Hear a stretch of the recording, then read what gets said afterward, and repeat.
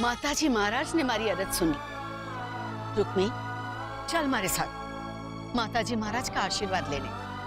आज उन्हीं की वजह से इस घर की बिंदनी इस घर में वापस आई है। अच्छा बेटा, आ?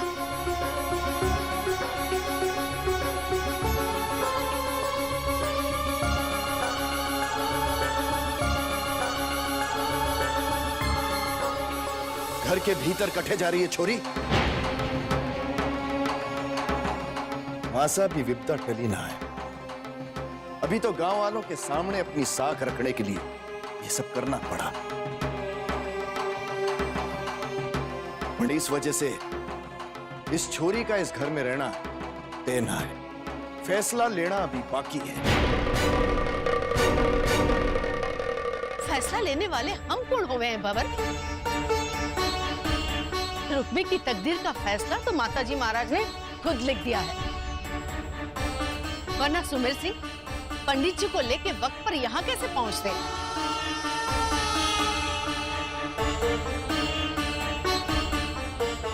मासा, मारे को आपरे खिलाफ जाने के लिए मजबूर मत कीजिए। जब तक फैसला नहीं हो जाता, रुक्मणी अपने कमरे में ही रहेगी।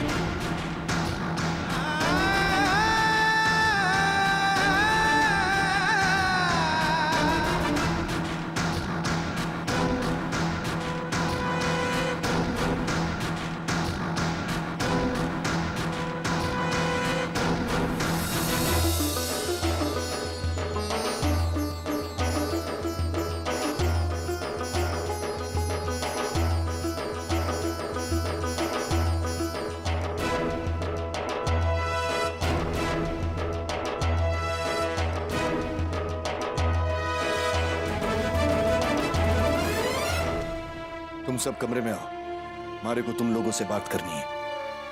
पापा, मारे को ऑफिस में जरूरी काम है, मैं चालू? ठीक है, काम भी तो जरूरी है।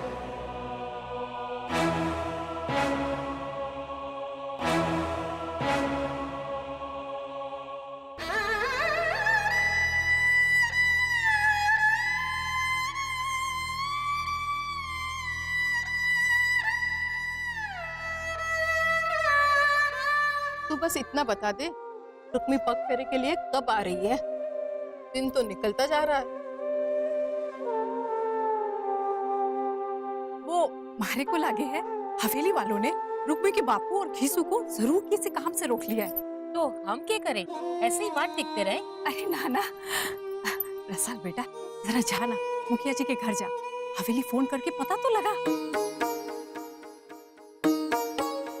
माँ जरा आना।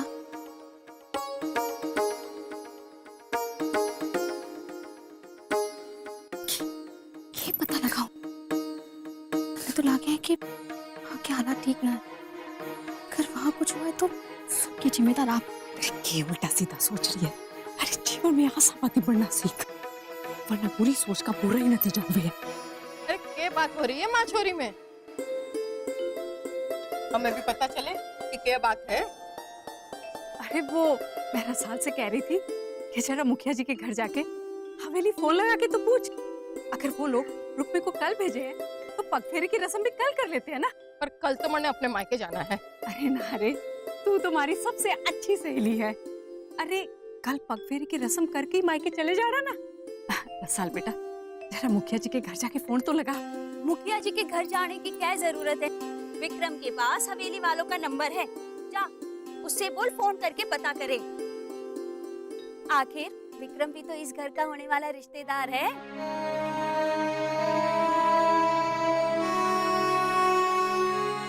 सब ठीक ठाक हुआ, बाकी राम जी राजी।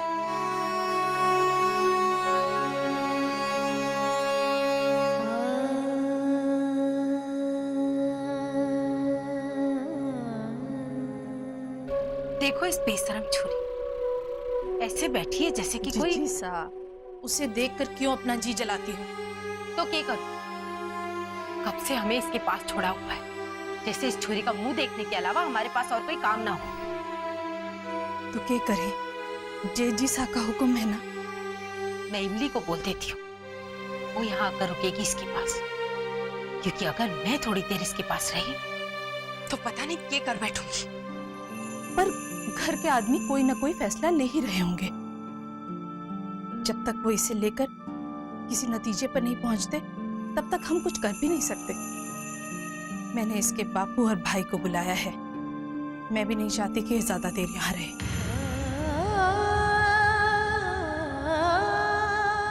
जब जब रणबीर के बारे में सोचती हूँ तो जी करता है इसे छत से नीचे फेंक दूं।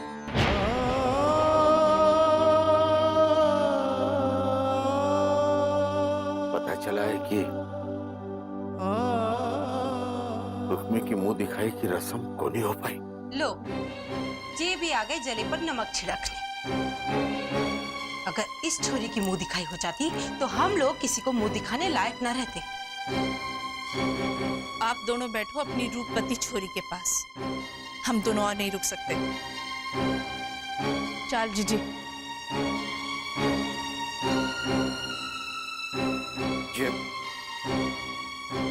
ये आप हुक्म करो तो मैं हमारी रुक्मी ले जाऊं यहाँ से।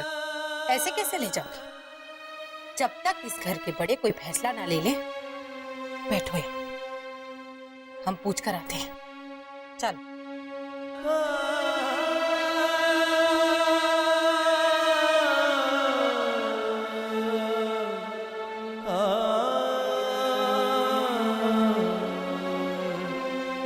जीजी, मरने लगे हैं, ये लोग आपको घर पे रख लेंगे। सचमुच जीजी, बात दिल का है। देखो बापू, माई जीजी कैसी पत्थर से हो गई है। बेटा, मैं झूठ बोलकर थारी जीजी ने दिलासा दे भी दूं तो भी सच तो ना छिपावेगा।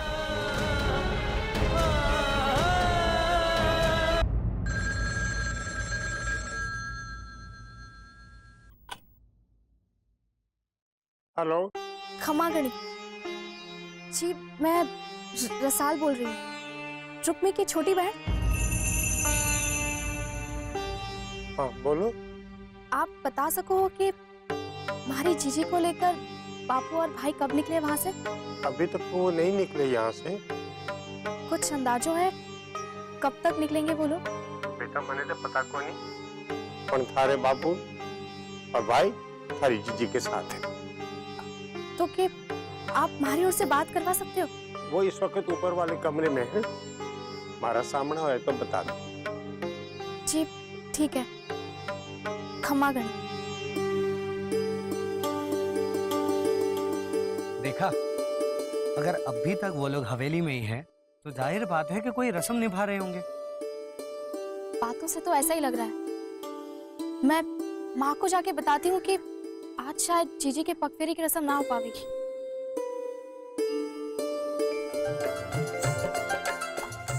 ये क्या? हमारे फोन को इस्तेमाल करने की कीमत तो देती जाओ। अच्छा, हाथ छोड़ो तो पिसा दूं ना? पिस्सा वास्ते तो थारा हाथ ना छोड़ो। तो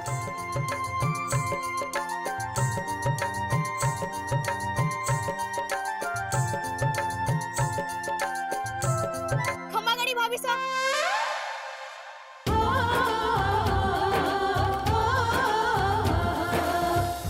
हफ्ते बर्बाद, गांव की ठकुराइन फिर धमकेगी। अब हम क्या करेंगे? भाई साहब, कहीं आप ये तो नहीं कहना चाह रहे कि हम तब तक रुक्मी को घर नहीं, ये बात रणबीर को बर्दाश्त नहीं होगी भाई साहब। इस वक्त हमें सिर्फ रणबीर का नहीं, पूरे खानदान की मान मर्यादा का ख्याल है। और भाई साहब, हर बार पुरोहित जी के आने से भला टल जाएगी, ऐसा तो ना हो सके। हमें कोई दूसरा रास्ता सोचना है। जीजो साहब, छोटे मुंह बड़ी बात, पर पुरोहित जी खुद नहीं आए थे तो मैं हालात समझा कर लाया था। माफ कर जो जीजो साहब, पर उस समय गांव की ठकुराइन को समझाने का और कोई रास्ता नहीं था। पर पुरोहित जी के पास एक बहुत बढ़िया रास्ता है। आप लोग बोलो तो बताऊं? बोलो। रणवीर भांजे का तुरंत दूसरा ब्याह कर देना चाहिए। क्या कह रहे हो आप? अभी रणवीर एक सदमे से बाहर नहीं निकला है और आप? सोच लो जीजो साहब, इससे घर की इज्जत भी बच जाएगी और मर्यादा भी बच जाएगी। भाई रणवीर का ब्याह हुआ है ये सब जानते हैं, पर छोरी को तो किसी ने नहीं देखा है। पंडित जी गांव के गरीब किसान को जानते हैं, उसके कई छोरियां हैं और वो रुक्मी से कई गुना सुंदर भी है। उनमें से एक छोरी से रणवीर का ब्याह करवा दो। ये क्या बात हुई? और फिर वो गरीब किसान, क्या वो मान जाएगा इस प्रस्ताव को? माफ करना जीजो साहब, पर कभी कभी गरीब लोग अपनी छोरी को बेचने के लिए मजबूर हो जाते हैं। यहां तो हम उस छोरी को बहू बनाकर इज्जत से ला रहे हैं। हाँ, फर्क इतना सा है कि इस रिश्ते को उनके और हमारे सिवाय कोई नहीं जानेगा। और इस काम को पुरोहित जी आसानी से संपन्न कर देंगे। कैसे? पर भाई साहब ऐसा कैसे हो सके? मदन सिंह की छोरी रुक्मी का क्या होगा? आपको अपने बेटे रणवीर और इस घर की मर्यादा की फिक्र है या फिर मदन सिंह की छोरी की? मदन सिंह को चुप कराने के कई रास्ते हैं हमारे पास। सबसे पहली बात, जिस धोखे से उसने रणवीर को फंसा वही काफी है। सुमेर सा की बात में दम है। ताया सा, अंदर आओ। क्या बात है बेटा?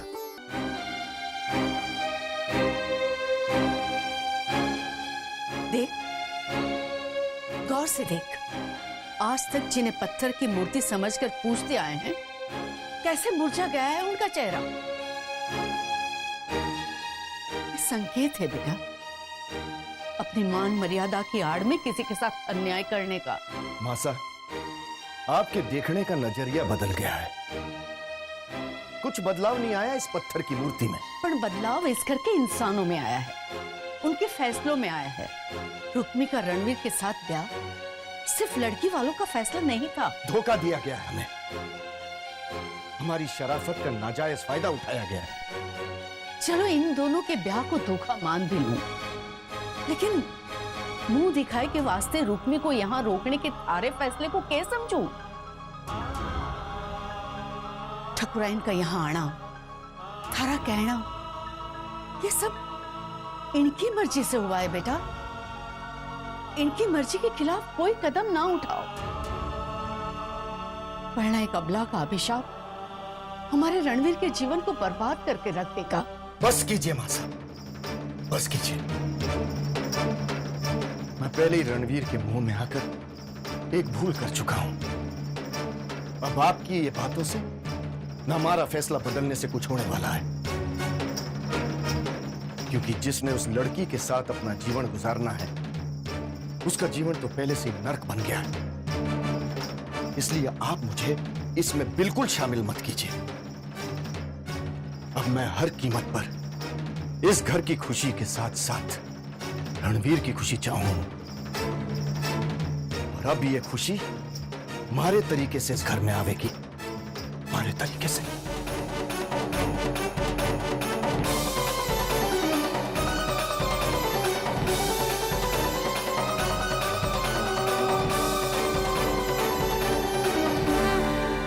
भाई साहब उठिए ना, भाई साहब, भाई साहब उठिए ना, भाई साहब, ताया साहब के बारे में पूछ रहे हैं। रहने दे कोमल, सोने दे रणवीर पर ना सको। क्यों उन्हें जगाकर हकीकत का सामना करवाना चाहती हूँ? कौन है? मैं हूं नंद काका। आइए नंद काका। सब लोग बन्ना शाह को बुला रहे हैं। मैंने किसी को कुछ नहीं बताया। मेरे ख्याल से बड़े कुंवर साहब सब कुछ संभाल सकते हैं। कटे गए हैं वो। आपके सवाल का जवाब हमारे पास नहीं है नंद काका।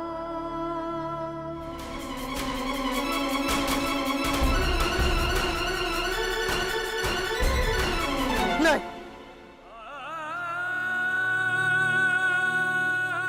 कुंवर साहब आपको सब बुला रहे हैं।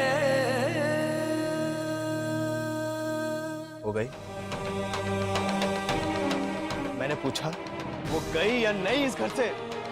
कुंवर साहब नहीं। अगर वो इस घर से नहीं जाएगी ना तो मैं चला जाऊं। समझे आप लोग?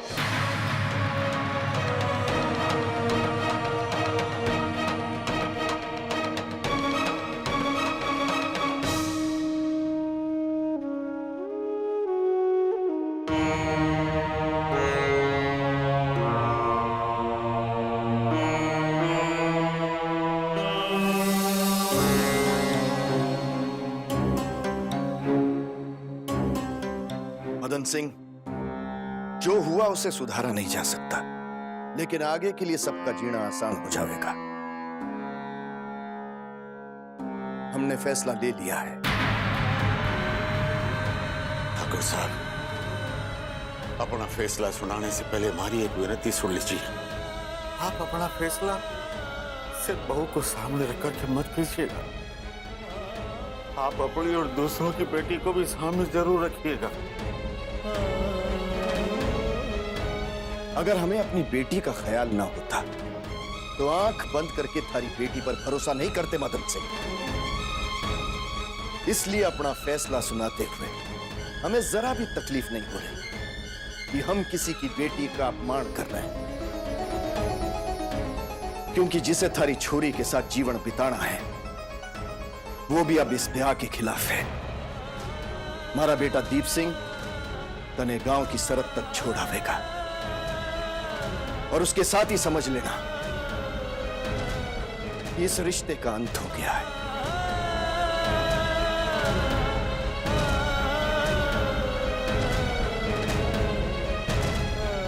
बाकी थारी छोरी का ख्याल किस तरह रखना है ये थारी जिम्मेदारी है, क्योंकि धोखे से ब्याह करवाने में तुम भी उतने ही जिम्मेदार हो।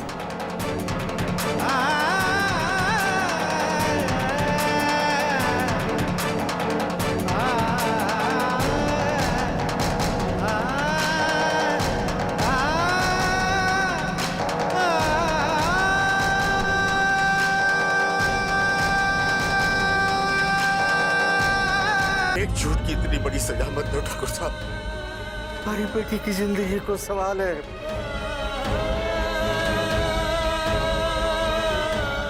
ठाकुर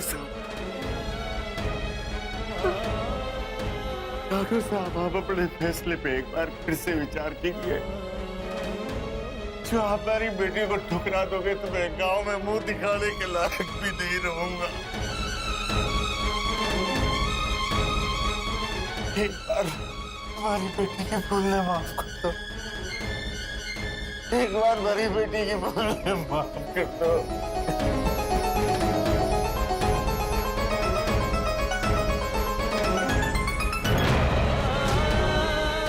उठो मदन सिंह, उठो।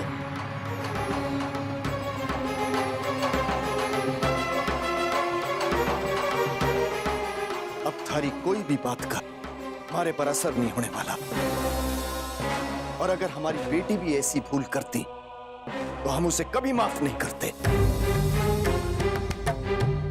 इतिहास गवाह है मदन सिंह कि ऐसे वक्त पर राजपूतों ने अपनी औलाद का भी खून बहा दिया। मैं नाइंसाफी करता हूं ये इल्जाम मारे पर मत लगाना, क्योंकि जमीन की सच्चाई का पता चलते ही मैंने थारी जमीन थारे को लौटा दी। रणवीर की खुशी के लिए मैं खुद थारे घर पर चल कर आया, रिश्ते के लिए, पर तुम तब भी चुप रहे। अपनी छोरी की सच्चाई हमसे छुपाई रखी। हम सब ने आंखें बंद करके थारे पर भरोसा किया मदन सिंह। थारे घर से खुशियां लाने के बजाय मातम लेकर चले आए और अपने बेटे रणवीर का जीवन नरक बना दिया।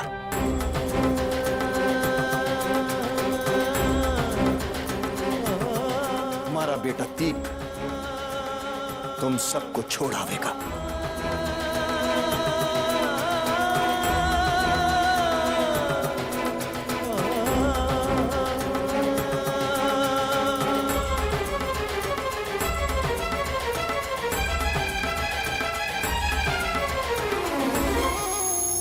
जीजी,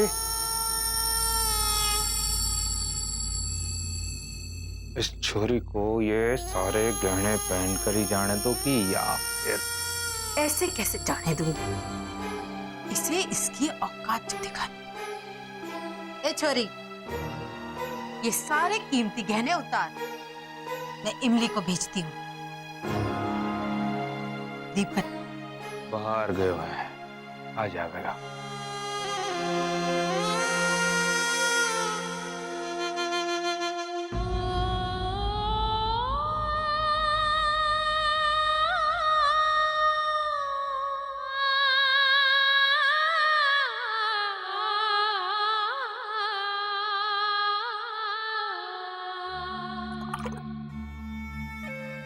जब से आपके छोटे भाई रणबीर का ब्याह हुआ है, तब से आप हमारे से कुछ कटे कटे रहने लगे।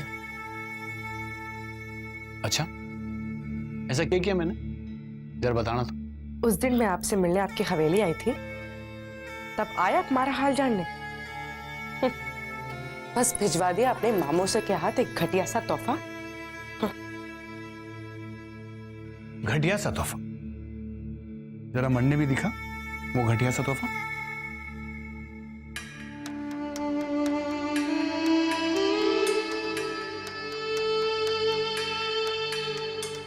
तो थारे हिसाब से ये घटिया सा तोहफा है? कुंवर साहब, अब ये हार आपके हाथों से मिलता तो इसकी कीमत कुछ और होती ना। ये ले, ये अपने हाथों से दे रहा हूं, अब वो वापस ला। कुंवर साहब, आप ये अपने हाथों से हमारे गले में भी डाल दो।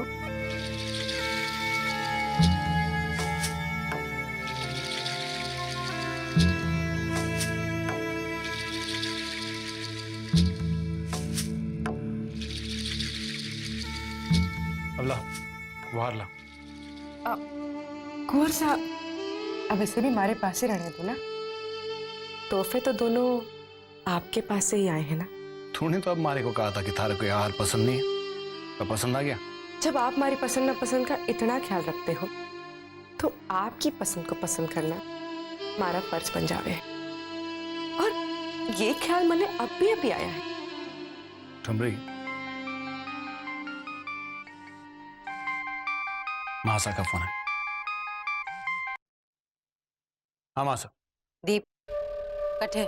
मासा आपसे कितने बार कहा है हमारे से सवाल मत पूछा करो।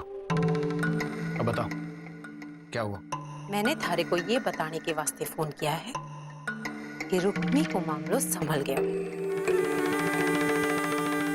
थारे को उसके साथ उसके बाप और भाई को उसके गांव के बाहर तक छोड़कर आना है। थारे पापा सा का हुक्म है। ठीक है, आता हूं।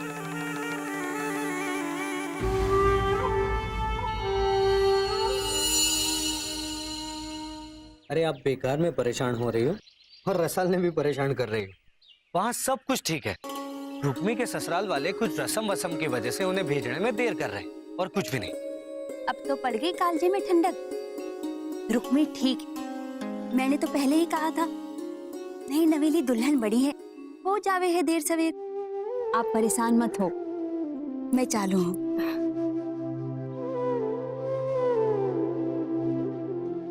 अरे ओ मेजर साहब, थारा यहीं रुकने का विचार है के? घर पर थारी माँ वाट जोड़ी है थारी। हुकुम भाभी साहब, मैं अपनी माँ ने इंतजार ना करा सकूं, और आप लोग भी ज्यादा इंतजार मत करवाना। चलता हूं।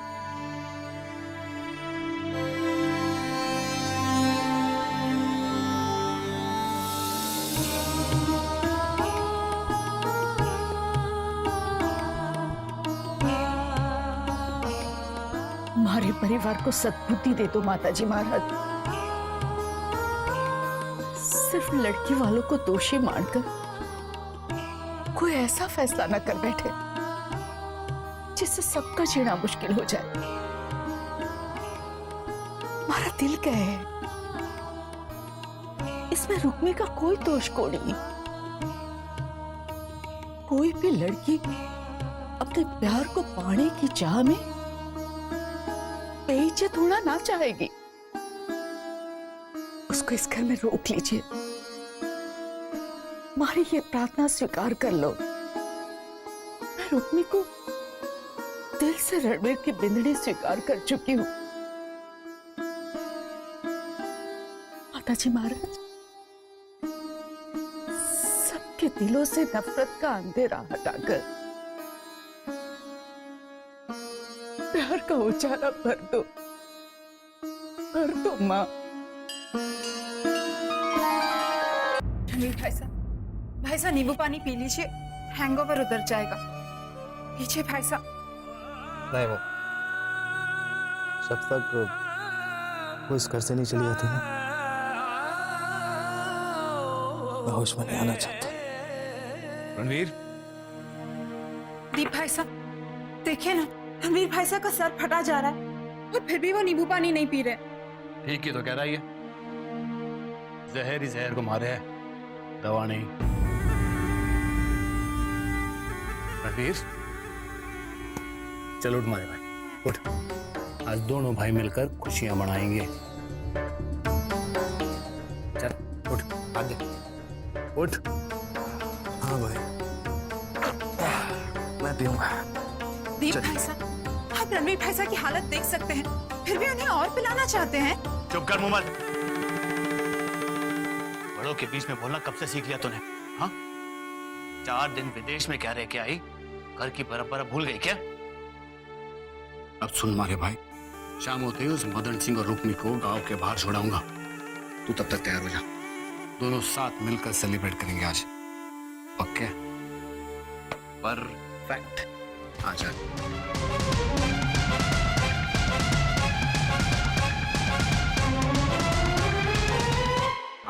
खड़ियां लाली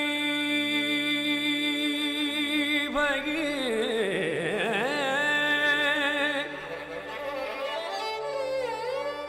पंथनिया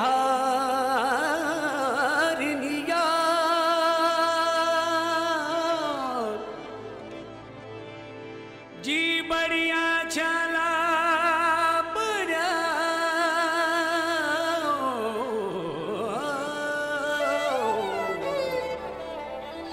पिया पिया होगा।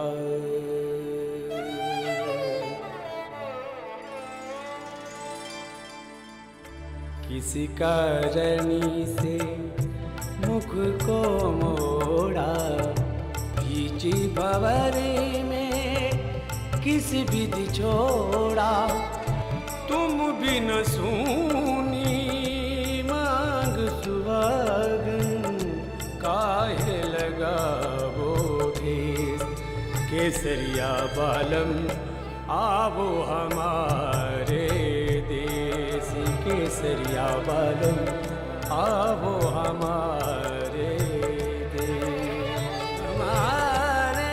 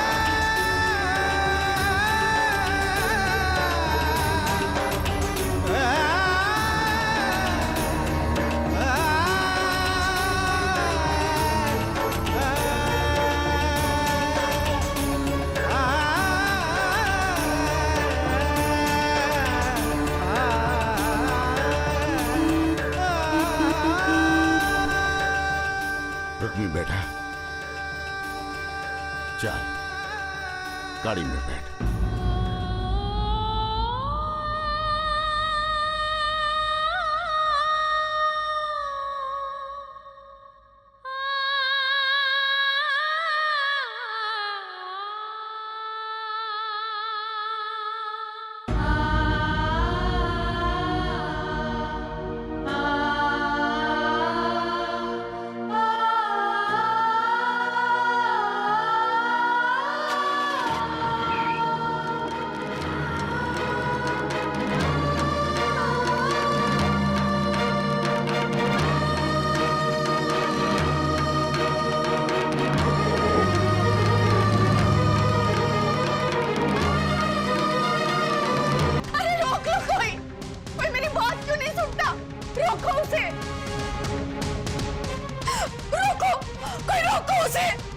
कोई मेरी बात क्यों नहीं सुन रहा?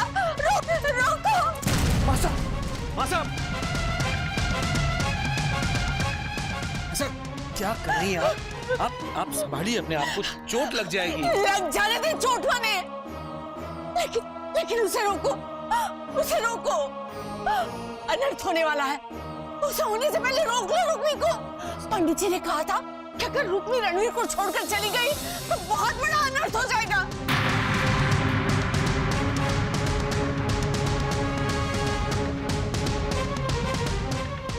रोको रुक्मी को। आशा, ऐसा कुछ नहीं होने वाला, क्योंकि जिसके कारण यह अनर्थ हुआ था उसे हमने घर से निकाल दिया है। नहीं बेटा, ये तुझे ऐसा समझ रहा है, ऐसा कुछ भी नहीं है। क्योंकि आज तक इस हवेली में मारा चलाया दिया कभी भी बुझा को नहीं।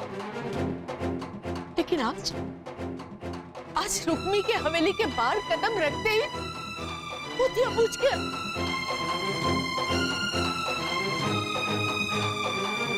ये किसी अनहोनी तूफान के आने का अंदेशा है बेटा। आशा, संभालिए अपने आप को। जैसा आप सोच रही हैं ऐसा होने वाला नहीं है। पंडित जी से गलती हुई, क्योंकि उन्होंने तो कहा था कि 36 में से 32 गुण मिले, लेकिन जो हो रहा है उससे साफ दिखाई देता है कि पंडित जी से गलती हुई और रुक्मणी को रणवीर से अलग करने का हमारा फैसला बिल्कुल सही। एक इत्तेफाक से घबराकर आप उस धोखेबाज छोरी को देवी का रूप देना चाहती हैं, जिसने हमें समाज में मुंह दिखाने के काबिल नहीं छोड़ा चाहा। जाइए मासा, जाकर वो दीपक फिर से जलाइए, क्योंकि बहुत जल्द हम रणबीर का किसी दूसरी छोरी से ब्याह करके मुंह दिखाई की रस्म करना चाहते हैं।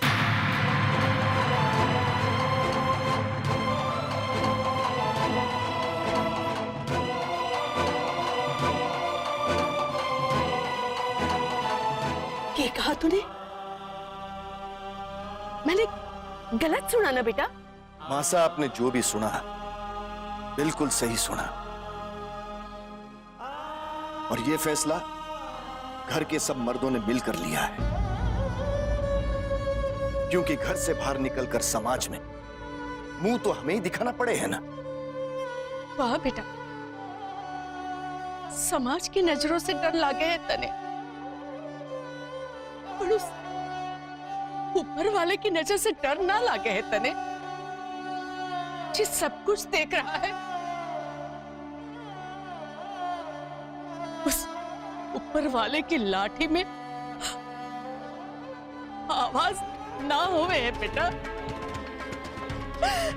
उसकी लाठी में आवाज ना होवे है।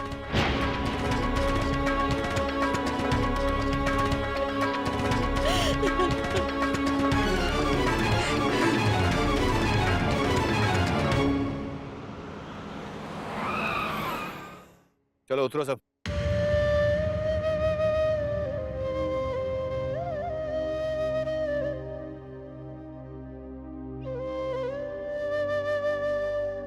अरे के सांप सूंघ गया क्या? उधर नीचे।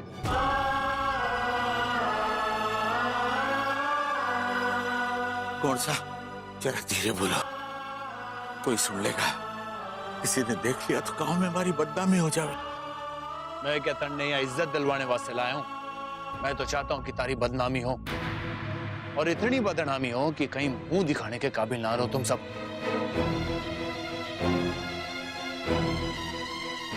चलो। मदन सिंह, भूला नहीं हूं मैं जब एक रात तन्ने मारे को लॉकअप की हवा खिलवाई थी। जमीन का कीड़ा जमीन में रहना तो अच्छो है। तू तो आसमान छूने चला था। अब देखना क्या करता हूं मैं थारे साथ। जीने भी नहीं दूंगा और मरने भी नहीं दूंगा।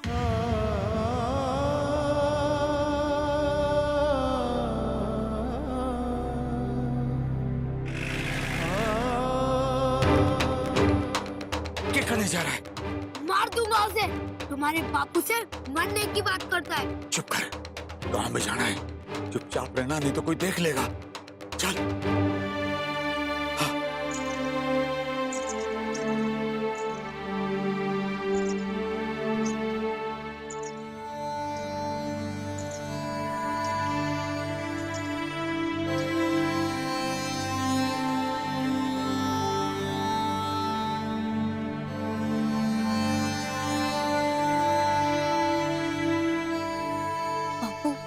जीजी क्यों रुक गई? पेड़ से पायल काट रही है, तो चलता रहे।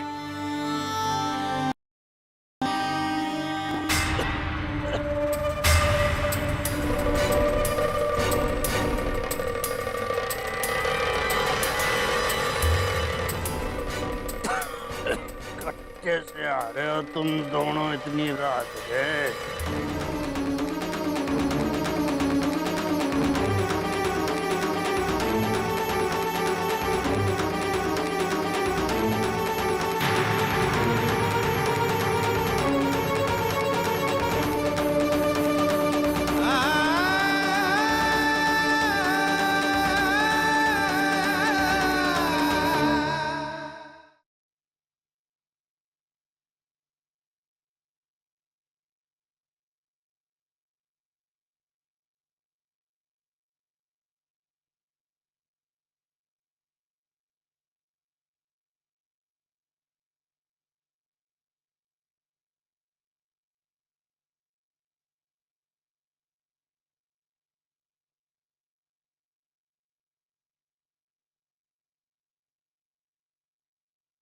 हवेली वालों की आंखों में धूल झोंकने चली थी थारी अजीजी। अब तो इसने हमें ये बताने लायक भी नहीं छोड़ा है कि मेरे साथ वहाँ कौन था मदन सिंह?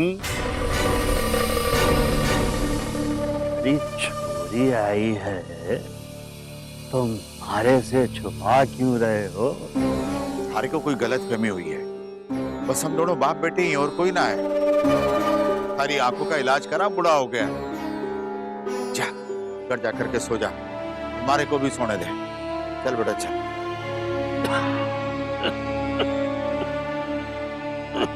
बुढ़ापे का ताना मार के कट गई मदन सिंह, पर हमारी भी आंखें झील की हैं। मैं सूरत तो कौन ही देख पायो, लेकिन वो परछाई थी किसी औरत की।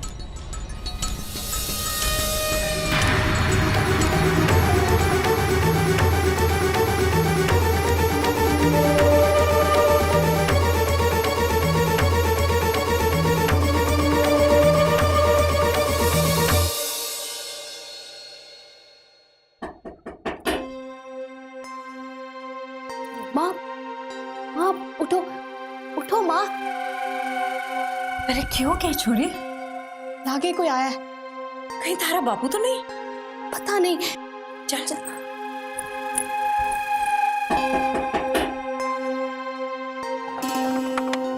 किसु? बापू इतनी रात गए?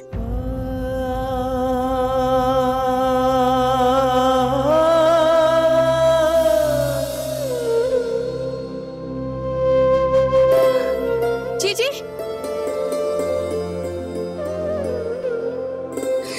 बता नहीं सकती कितनी खुश है तारे को देखकर। रुक्मी, क्या हो गया था तन्ने मारी छोरी? रसाल मने बतायो। कि थारी तबीयत खराब हो गई थी और इस वास्ते थारे ससुराल वाले ने थारे को पग फेरे के लिए नहीं भेजा। मालूम है बेटा, आज पूरे दिन गांव की सारी औरतें थारी बाट देखकर चली गई। माँ, मैं पड़ोस वाली काकी को बता कर आती हूँ कि जीजी पग फेरे के लिए आ गई है, तो वो दूसरे गांव ना जाए। हाँ। रुक जा रसाल।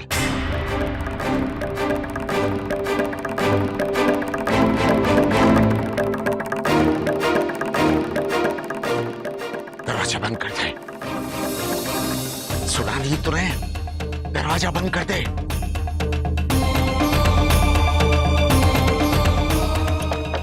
और भूले से भी किसी को इस बात का पता ना चले कि रुक्मी अपने सासरे से लौट आई है।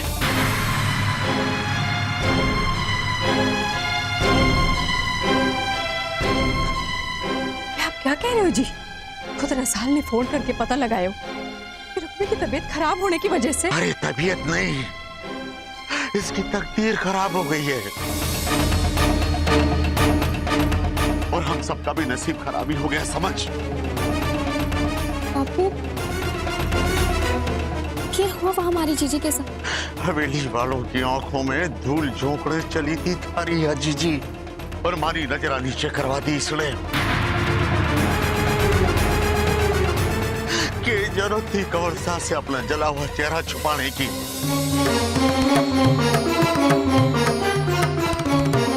ना करता ब्याह तो ना करता, कुंवारी बैठी रहती, मैं पाल लेता पूरा जीवन। अब तो इसने हमें ये बताने लायक भी नहीं छोड़ा है कि हमारी बेटी सासरे से वापस घर आ गई है। और याद रखना, इसे इस घर से बाहर मत निकलने देना, वरना हम सबको अपना मुंह छुपा के गांव से बाहर निकलना पड़ेगा।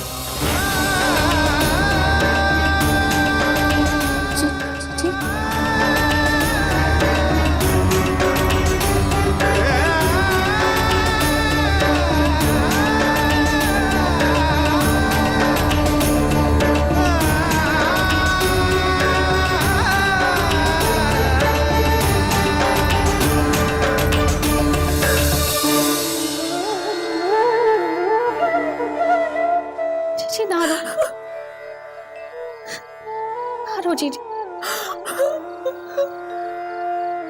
अपने बापू को क्यों ना बताया? अपने जीजू साहब को चिट्ठी लिखकर सब बता दिया था, जिसे माँ ने बदल दिया। क्या करती मैं? वहाँ कुंवर साहब को बताती तो जितनी बेइज्जती बापू की माँ हुई, उससे कहीं और ज्यादा होती। शायद बापू और घीसू की चाड़ पर भी बनाती, और यहाँ बापू को बताती तो वो माँ को गुनहगार मानकर पता नहीं क्या कर बैठते। हर माँ को चिंता सताती है उसकी बेटी के ब्याह की। हो सकता है माँ ने इसी चिंता की वजह से वो चिट्ठी बदली होगी। इसमें माँ का कोई दोष ना है, हमारा नसीब बीच में आ गया। मेरे कुंवर को पाने के लिए अपने बापू का सर नीचे करवा दिया, मेरी सबकी जिंदगी नरक बना दी।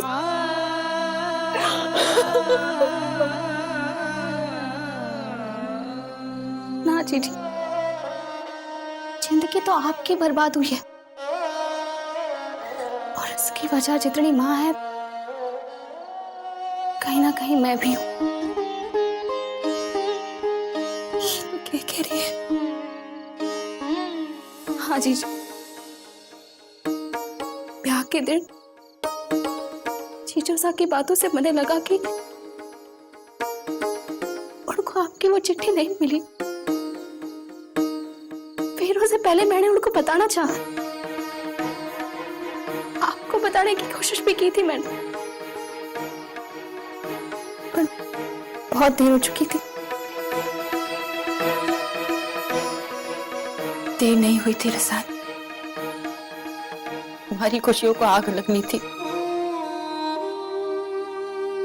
जिसे रोकना किसी के बस में नहीं था। कुंवर साहब जिनका चेहरा फूल सा खिल जाता था हमारे से मिलकर,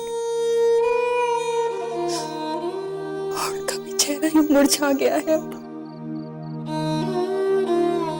उनकी आंखों में जो मैंने अपने लिए नफरत देखी, उसकी जिम्मेदार मैं खुद ही हूँ। सबकी गलतियां अपने से लेकर सबको माफ करना चाहती है ना, ऐसा ना होगा। जब किसी वजह से कुंवर साहब उस चिट्ठी को दिखाएंगे तो आप ना माँ को बचा पाएंगे ना मन्ने। वो दिन अब कभी नहीं आएगा रसाल, क्योंकि वो चिट्ठी मैंने जला दी है।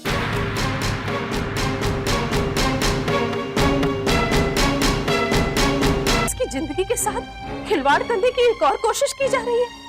किसी भी मामूली छोरी के साथ उसका ब्याह करके इस हवेली की परंपरा पर बलि चढ़ाती है। कमल, तन्ने के लागे है? मैं इस बात से खुश हूं नहीं, पण बड़े भाई साहब ने जो फैसला लिया है वो पूरे परिवार का भला सोचकर ही तो लिया है। हवेली की कुछ रस्में हैं जो ना चाहते हुए भी हमें निभानी पड़े हैं। तुम तो बस अपने बेटे की भावनाओं में बहकर बोले जा रही हो। यही तो फर्क है माँ और बाप में। एक माँ ये है जो बेटे का दर्द समझती है, क्योंकि वही दर्द सहकर चढ़ती है बेटे को। जिसकी बलि चढ़ा रहे हो, कम से कम उससे तो एक बार पूछ लियो कि वो कुर्बान होना चाहेगा कि नहीं। नहीं तो इस हवेली की इज्जत के चक्कर में सब कुछ तबाह हो जाएगा।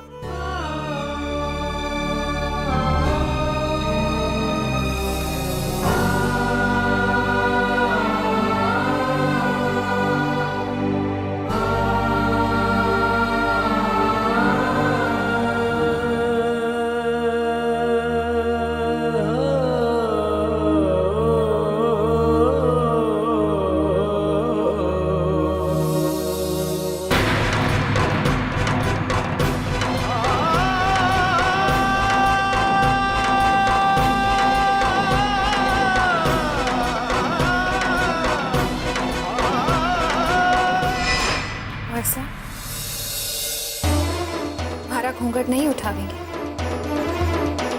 हमारे चेहरे की परसों से तलाश थी ना। मिट्टी वाले हमारे चेहरे को देखकर क्या कहा था आपने कुंवर सा? याद है? हमारा चेहरा देख लो कुंवर सा, मैं ही तो आपकी तस्वीर हूँ जिसे आपने बनाया। जाओ यहाँ से, चली जाओ मेरे सामने से। मिट्टी लगे हमारे चेहरे तो आपकी तस्वीर। क्या कहा था आपने? हमारे चेहरे की याद है? परसों से तलाश हुआ था। बोलिए ना, हमारे चेहरे को देखकर जवाब दीजिए। कोई कहा था आपने? हमारा घूंघट मिट्टी लगे हमारे चेहरे को देखकर। चुप हो जाओ। क्या कहा था आपने? याद है आपको? तुम्हारे चेहरे की मैं ही तो आपकी तस्वीर। जाओ। जिसे आपने बनाया। हमारा चेहरा देख लो कुंवर सा। हमारा चुप हो जाओ। चेहरा देख लो कुंवर सा। मिट्टी जाओ। लगे हमारे चेहरे को देखकर। जाओ यहाँ से। मैं ही तो आपकी तस्वीर। चुप हो जाओ। मिट्टी लगे मेरे चेहरे को देखकर। बोलिए, देखिए ना, मैं ही तो जाओ यहाँ से। बोलिए ना। जाओ। अरे जाओ यहाँ से। क्या कहना चाहते हो? मैं ही तो आपकी तस्वीर। जाओ। मैं कहता हूँ जाओ यहाँ से। भाई साहब, मैं हूँ उमर। मोमन, मेरी बहन, ये रुक्मी को बोलो ना कि जाए यहाँ से। भाई साहब, वो चली गई। चली गई? हाँ भाई साहब, वो इस घर से, आपकी जिंदगी से हमेशा के लिए चली गई है। नहीं मोमन, वो इस घर से जा सकती है, लेकिन मेरी जिंदगी से इतनी आसानी से नहीं जाएगी वो। तू देख लेना, मुझे बर्बाद और तबाह करके ही जाएगी वो। अरे बहुत बड़ी धोखेबाज है। पहले मेरे साथ झूठा प्यार का नाटक किया और उसके बाद मुझे धोखा दे दिया। अरे कभी माफ नहीं करूंगा उसे, कभी माफ नहीं करूंगा। हाँ भाई साहब, रुक्मी को ना आप ना मैं, हम दोनों से कभी माफ नहीं करेंगे। मेरे भाई साहब के प्यार का मजाक उड़ाया है उसने। थैंक यू मोमन, मेरी बहन। तू कितनी अच्छी तरह समझती है ना अपने भाई साहब को। अच्छा सुन, मैं थोड़ी देर सोना चाहता हूँ, हाँ, उसे भुलाने के लिए, लेकिन तू कहीं जाना मत, उसे वापस आने मत देना मेरे पास, हाँ? ठीक है भाई साहब, आप वहाँ बिस्तर पे सो जाइए, मैं यही हूँ आपके पास। नहीं, उसे नहीं आने दूंगी। नहीं, मैं उस बिस्तर पे नहीं सोऊंगा। वहां मैंने उसका मनूस चेहरा देखा था, मैं वहां नहीं सो पाऊंगा। मैं यहाँ सो जाता हूँ ना, हाँ? लेकिन तू जाना मत, मेरे पास ही रहना, हाँ? उसे आने मत देना मेरे पास, ठीक है? मैं सो जाता हूँ। मेरे पास ही रहना बस, उसे आने मत देना। मैं यही हूँ आपके पास, वो नहीं आएगी।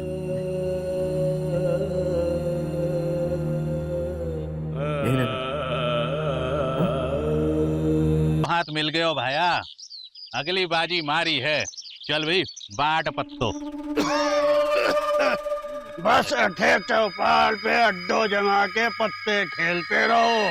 गांव के सम्मान, गांव की इज्जत दांव पे लगी है, बाकी कोई फिक्र कोनी तुम लोगों को। अरे ताया, मैं पहले ही हारा बैठा हूँ और आप आगे भाषण सुनाने। खेलो खेलो बेटा, अरे गांव में भूचाल भी आ जाएगा ना तो तुम लोगों को क्या है? ये पहेड़ियां क्या बुझा रहे हो? हुआ क्या है? कल रात में वो मदन सिंह रुक्मी के साथ गांव में चोरों की तरह से गुजरा था। तो आप क्या कर रहे थे इतनी रात में? पहरा दे रहे थे क्या? वैसे भी रुक्मणी बड़ी हवेली से पग फेरे के लिए आने वाली थी, आई होगी देर रात को। यही तो समझने वाली बात है काकी साहब। अगर रुक्मी आई है तो मदन सिंह बताने से छुपा क्यों रहा है? अरे बुढ़े, तू पहले खांस ले फिर कुछ बोल। और मैं कह रही हूँ ऐसा कौन नहीं हुआ है। अरे ऐसा ही हुआ है काकी साहब। अरे चलो सब हमारे साथ, अब भी दूध का दूध पानी का पानी हो जाएगा। हाँ हाँ चलो भाया, सब लोग चलो। अरे रुको, मैं मदन सिंह की रिश्तेदार बनने वाली हूँ, मैं जाकर पूछती हूँ। अगर रुक्मणी साची में आई होवेगी तो वो लोग मारे से कुछ ना छुपावेंगे।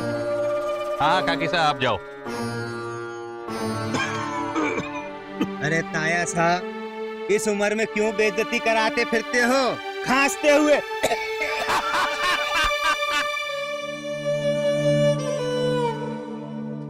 खीसू के बापू, कटे खोए हो आप? अब के बचा है खोने के लिए? बहुत कोशिश की कि सब सपना बन जाए, पर सुबह सुबह आंख खुली और रुक्मी को देखा तो फिर गांव वाले आकर के पग फेरे के बारे में पूछेंगे तो क्या जवाब दूंगा? मारी तो कुछ समझ में ना आवे।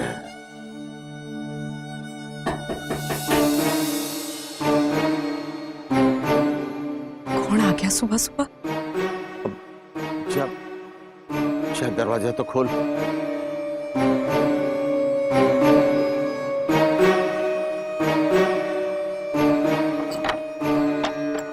भाभी साहब, खमा घड़ी से घड़ी खमा बता लो।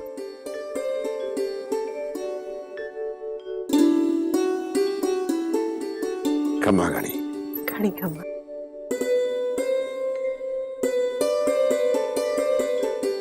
पता चला भाई साहब रात को लौट आए तो मिलने चली आई।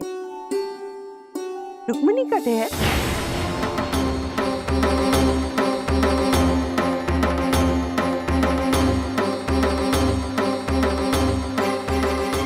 मालूम था मन कि रुक्मणी नहीं आई।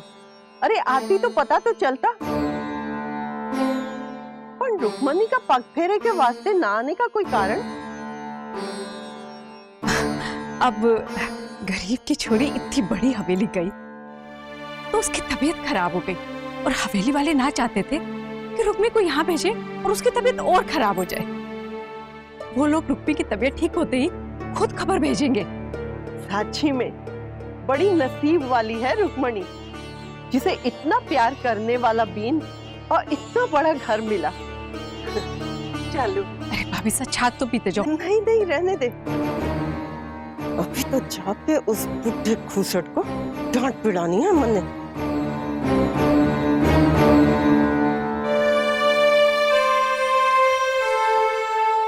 क्या होगा कीसू के बापू?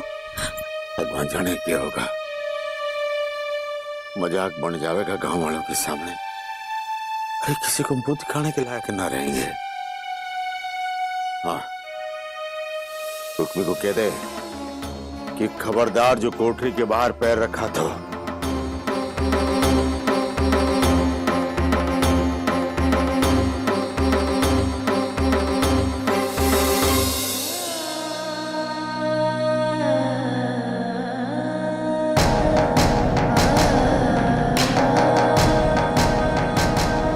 ढक दो इसका मनहूस चेहरा, ढक दो।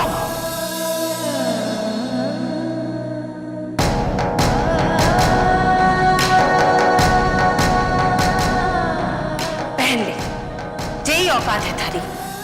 ये भोली सी सूरत देखकर कौन कह सकता है कि इसके दिल में इतना पाप छुपा है। इसकी तकदीर खराब हो गई है और हम सबका भी नसीब खराबी हो गया, समझ।